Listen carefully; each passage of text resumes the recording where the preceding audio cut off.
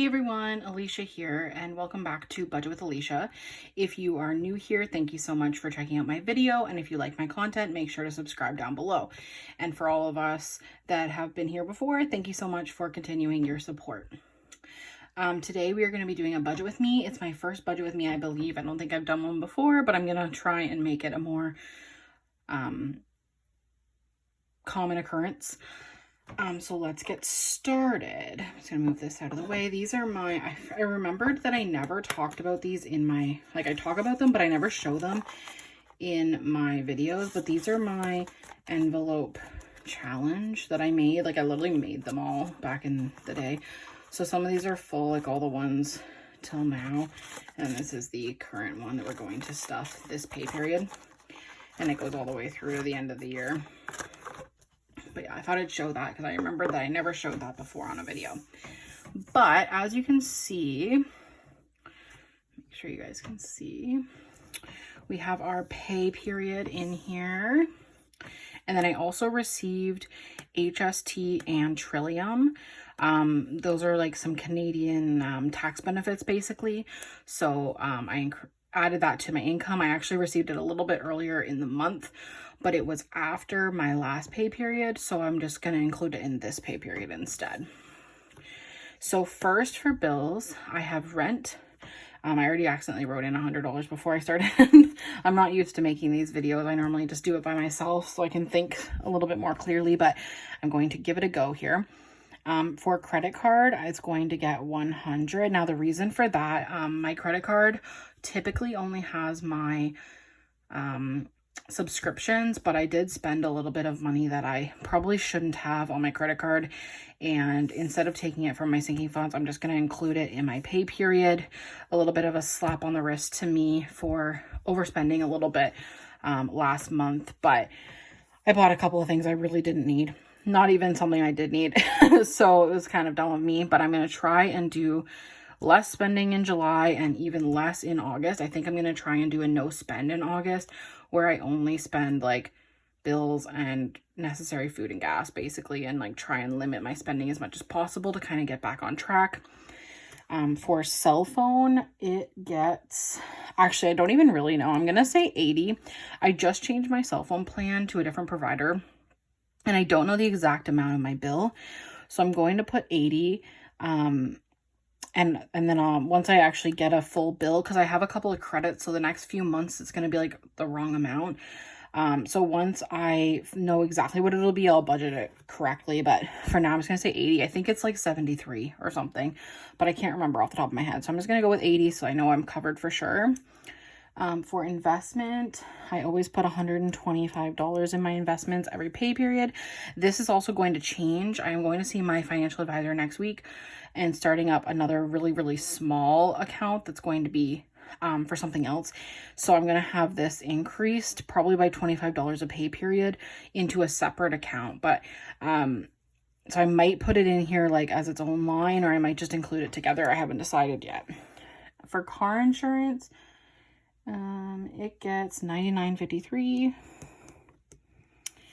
and that's the full bill. So for rent, that's half the bill.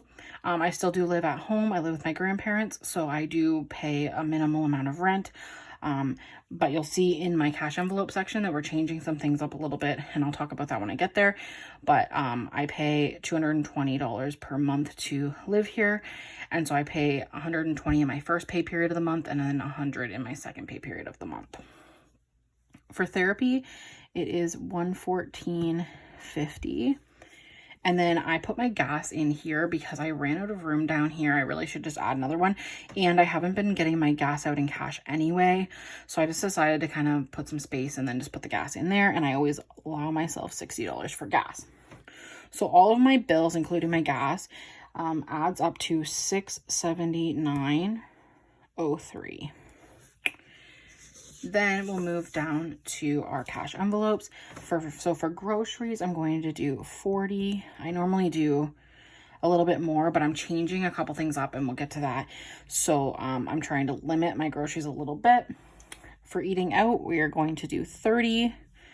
For spending, we are going to do our normal 10. I always give myself $10 for spending unless something I know is going to be coming up. Typically, I have so many sinking funds. They all have reasons. So typically, I don't really spend my spending money unless like something random appears. It's more of just kind of like a buffer in case I need a little bit more gas or I need a little bit more food or whatever. I usually don't spend it on like just something random, because I normally have like a sinking fund for it since I have so many different sinking funds. Now, Delilah, she used to have a vet bill or a vet sinking fund, and Delilah is my cat for anyone who doesn't know. And she has a vet sinking fund that had $150, I think, in it. We'll find that out next paper when I do my cash stuffing. But I have decided to give her another fund for me to pay for some food, litter, treats, that kind of stuff, every pay period. So this one's more of like an actual sinking fund or cash envelopes for her, whereas the sinking fund is for like bigger expenses like the vet. So Delilah is going to get $15. And then household is going to get $25. This is also a new fund, and that is for contributing like some extra groceries for the house, like laundry detergent type stuff and things like that, to contribute a little bit more to the household for the things that I use out of the house. Typically I buy my food for my breakfasts and my lunches, but then I do usually eat dinner here. So I just want to contribute a little bit more, with some like meat every once in a while, or some bread and butter and that kind of stuff every once in a while as well to contribute. For Christmas, we are going to put $30 in. Oh, sorry, I forgot. This is $120. For Christmas, we're going to do $30. I'm trying to beef it up a little bit faster so I can be done soon. I want $500 in Christmas, maybe a little tiny bit more. But $500 is kind of my budget for this year. I'm going to try and do some more homemade gifts and a few things like that. So I don't want to overdo it. Last year, I think I spent like $750 and it was a little much. Like I think I can tone it down a little bit more. And I did come up with a couple of good homemade gifts, so I'm excited about that. For Christmas giving, I'm going to do 10. For my birthday, I'm going to do 5 since it's still like a long time away. Here is a new sinking fund. This is Charlie's birthday, so I don't think I've talked about this yet, but I did get, or my brother and his girlfriend just had another baby. I'm sure you guys have seen, if you watch my videos in the past, that I've had a sinking fund called Austin's birthday. So this is Charlie, Austin's little brother, who was born like about a month ago now, maybe even a little more than that. I think he was born at the end of May. So I'm going to start for his birthday. For car maintenance, we are going to up car maintenance from now on. So this is another little change. We're going to be doing $50 every pay period now instead of the normal. I was doing 20 before. I'm going to do 50 now. I just want to make sure that if anything ever happens with my car, like I do have a really nice car, but it is older. It's a 2006. It's very well maintained and all that kind of stuff, but you just never know. And I don't want to be put in a predicament where I need to use my emergency fund. I do have a separate tires sinking fund that I am also working on, but I did sell my old car. So I put $600 that I got for my old car right into my tire sinking fund, which already had, I think, $600 or $700 in it. So it's at about $1,200, which is something that you guys didn't see because it was not in cash. So I'm going to let you know about that right now that I added some more, because I do need 2 winter tires. Since I'm in Canada, I have 2 that are still good, but I need 2 more. And then I need all 4 summer tires next year. So I'm going to be buying a lot of tires. For license sticker, I'm just going to do 5 because my birthday is not till March, so I have a while for that. Miscellaneous, I'm going to put 10 in here. I haven't put anything in miscellaneous for a little while. And for shopping trip, I'm going to put 20. Me and my best friend, we go shopping usually in August or the beginning of September every year, or we did last year, and we're going to continue the tradition. She's a teacher, so she likes to get things for the new school year and all that, and I just like to hang out and buy some things if I need them. So I'm going to put another $20 in here. Now I should mention I have a getaway fund because I am taking my grandma and my mom away for a night in October, and it was a Christmas gift from last year, but we never got to go because of COVID.